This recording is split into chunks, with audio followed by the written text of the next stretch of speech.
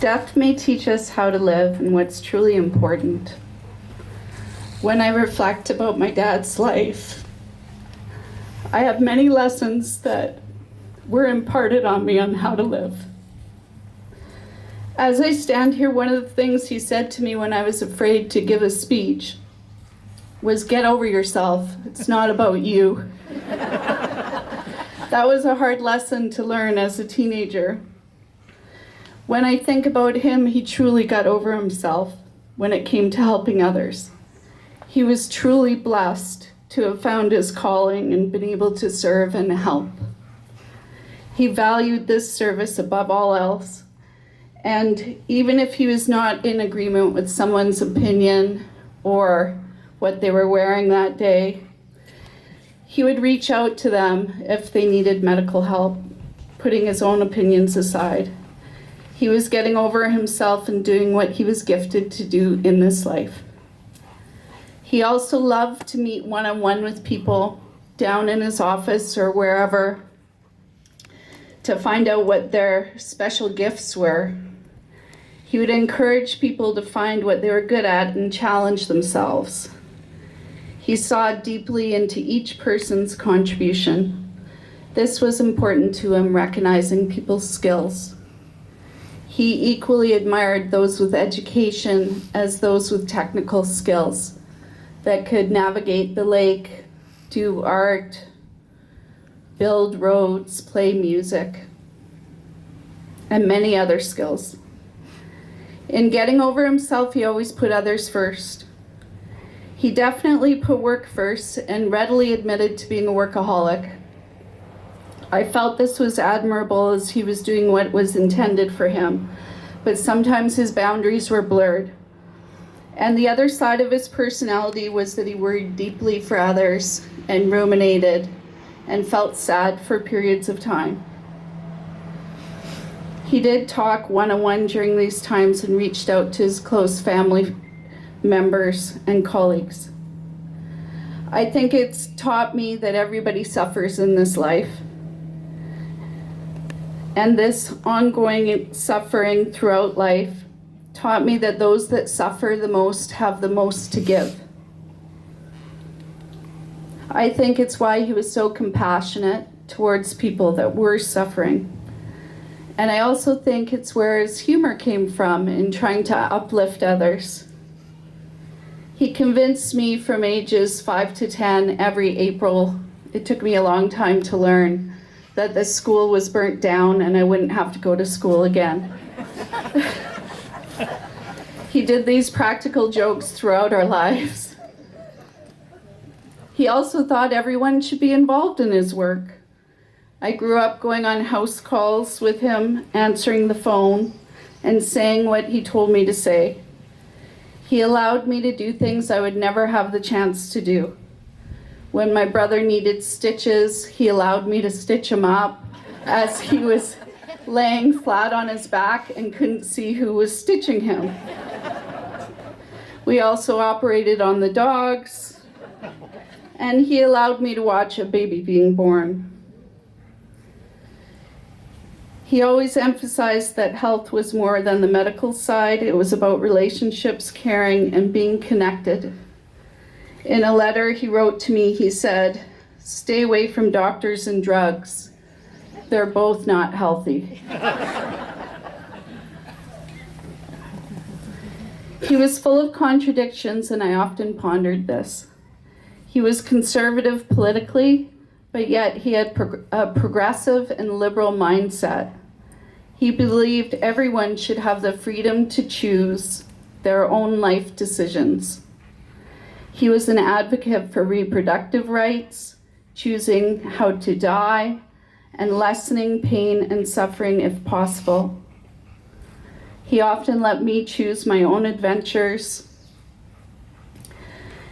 and he was always there for me when an adventure went wrong. Many times people would yell out, "Beveridge, your dad showed."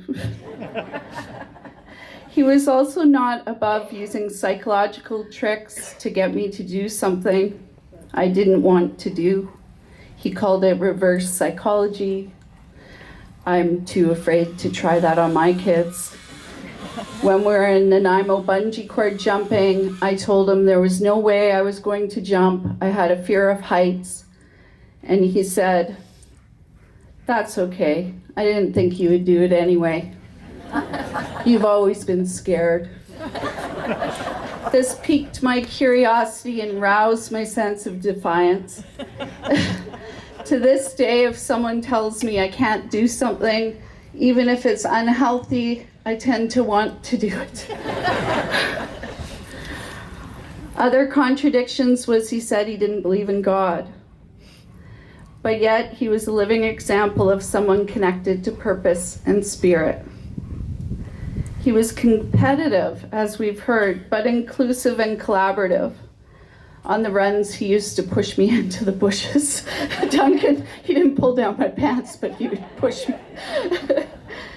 He believed in following tradition, but yet he broke rules continuously. He believed in safety and security, but was a risk taker. He was part of the boys' club, and yet his best friends and closest confidants were women.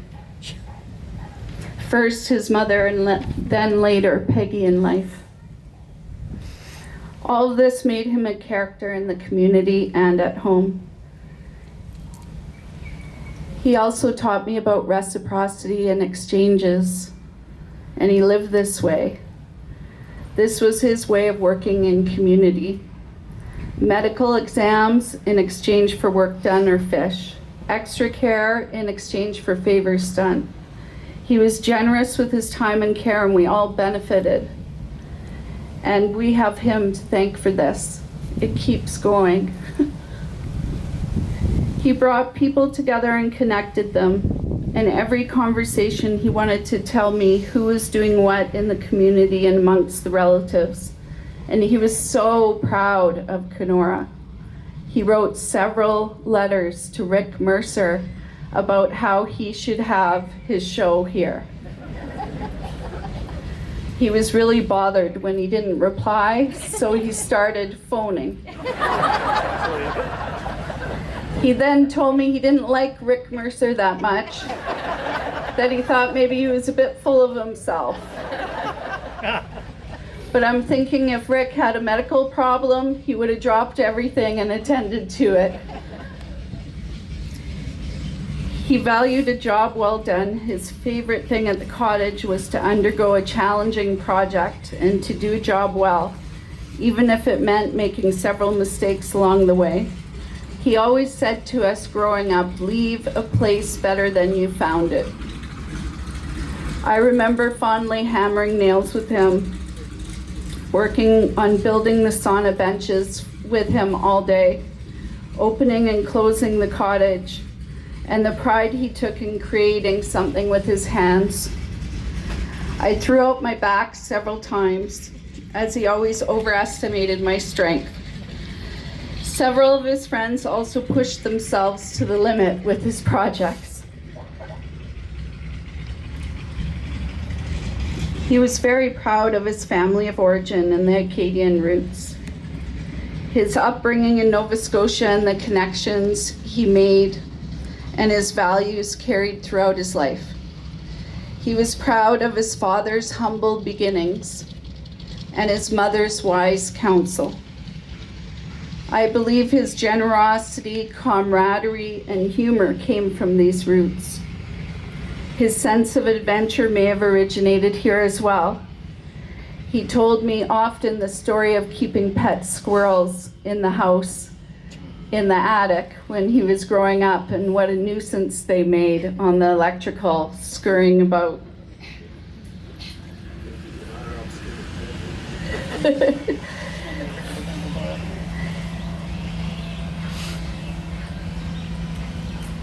He spoke highly of every sibling and the cousins and nieces and nephews. He shared his knowledge of making apple pies with his grandchildren, even if it took 3 hours.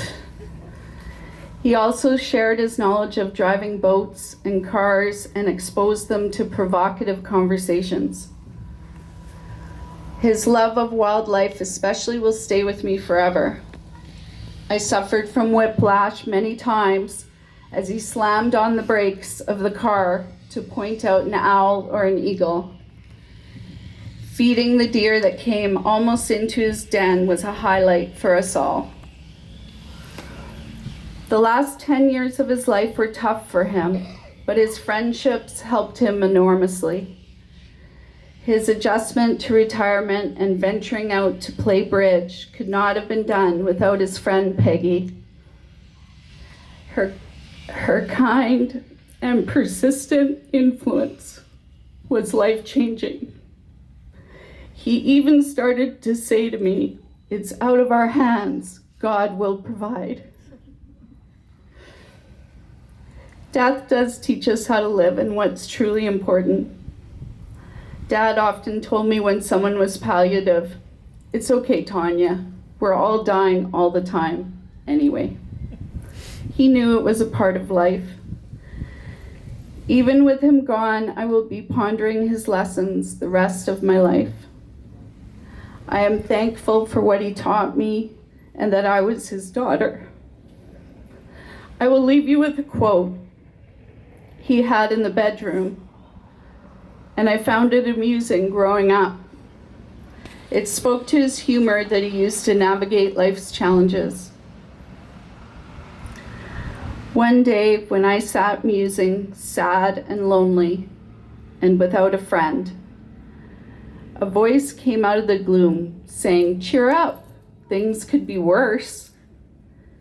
So I cheered up, and sure enough, things got worse.